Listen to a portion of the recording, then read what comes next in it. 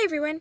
Today I'm going to continue on, well, sort of, the topic that we were talking about yesterday. But instead of confession, we're going to move backwards to Mary. There are two things, actually. The first is sort of a meditation on the Immaculate Conception that my mommy thought about. To set the scene, if any of you has ever read the Space Trilogy by C.S. Lewis, he has this beautiful imaging, well, it's not beautiful, it's kind of sad, of like all of the planets in the solar system. They're alive and vibrant. They haven't had a fall, at least Paralandra hasn't, Venus that is. But Earth has been captured by the evil one. So Earth is the only silent and dark and basically dead planet in the universe. My mom took that imaging and made a sort of meditation on top of it. See, the whole Earth was void of grace. So we were all, ensnared by original sin, and really there was no pureness at all. The Old Testament characters, of course, had some strength of God to follow his will, but there wasn't any grace, so our souls were still all corrupt.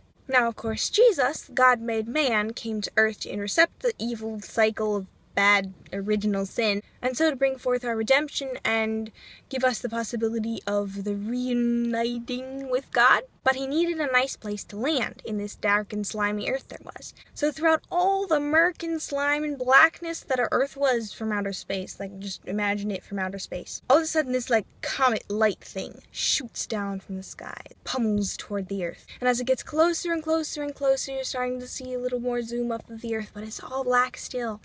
And it gets closer and closer and closer, and all of a sudden you see a tiny speck of light. And it gets closer and closer, and on that tiny speck of light, that is where the star lands. Now, of course, the tiny speck of light is the pure and immaculate soul of the Blessed Mother, the star being Jesus. See, Mary was necessarily immaculate so that she could provide a nice, clean landing pad for Jesus to come into. My mom would tell it better, but that's the gist of it. And I really liked the imaging, so thanks, Mom. Now, the second reflection is from the audio series that I'm listening to. It's basically a crash course on the theology of the body, and it's called Naked Without Shame by Christopher West, and I would highly, highly recommend it to anybody. Anyway, this reflection is on Mary's celibacy and the necessity that she was celibate, which apparently a lot of Protestants think that she had other kids with Joseph.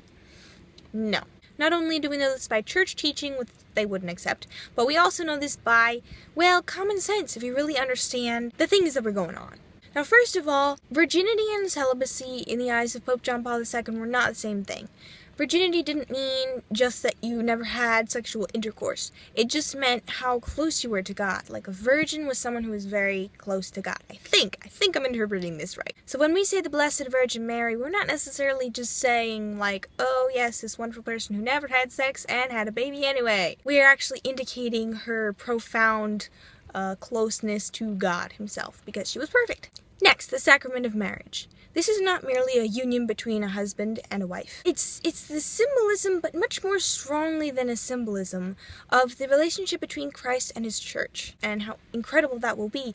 However, even though it's the best analogy we have, it is severely lacking. It's this little tiny shade of what we will experience in heaven. So back to Mary. Because she's a virgin and immaculate, she is the only person in all of human history who has ever had a perfect union with God. Not fulfilled, because that only comes when heaven comes. But she had, the perfect relationship with God that you can get on earth. Therefore, the sacramental union of marriage, though she of course entered into this with Joseph, she did not fulfill it in the sense of the physical sexual union, because that is only a shadow of what we will have with Christ and with God in heaven, and she already had that, basically, just not quite fulfilled yet. Now this is where it gets, really mind-blowing.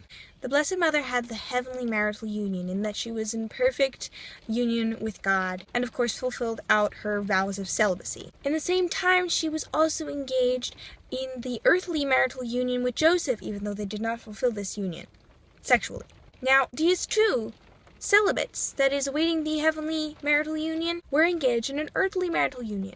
So in a sense, their marriage is the marriage of the heavenly marital union and the earthly marital union in one. And what was the offspring of their union?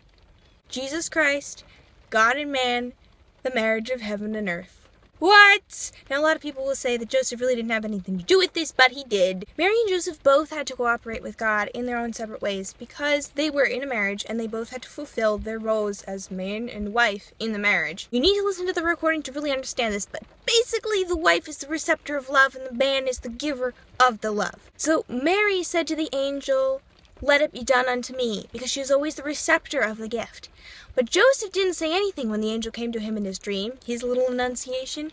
He didn't say anything, he just did it. So, they were both celibates in the marital union, both did what God told them to, in the ways that their marital statuses made them do it. And thus, God made man was brought into the world, and the marriage of heaven and earth happened, and I don't even know how to end this. I'm not sure if it made sense at all. Please listen to Naked Without Shame by Christopher West, and it'll make so much more sense. But anyway, yeah, these just blew my mind, and I wanted to share them with you. Bye, I'll see you tomorrow.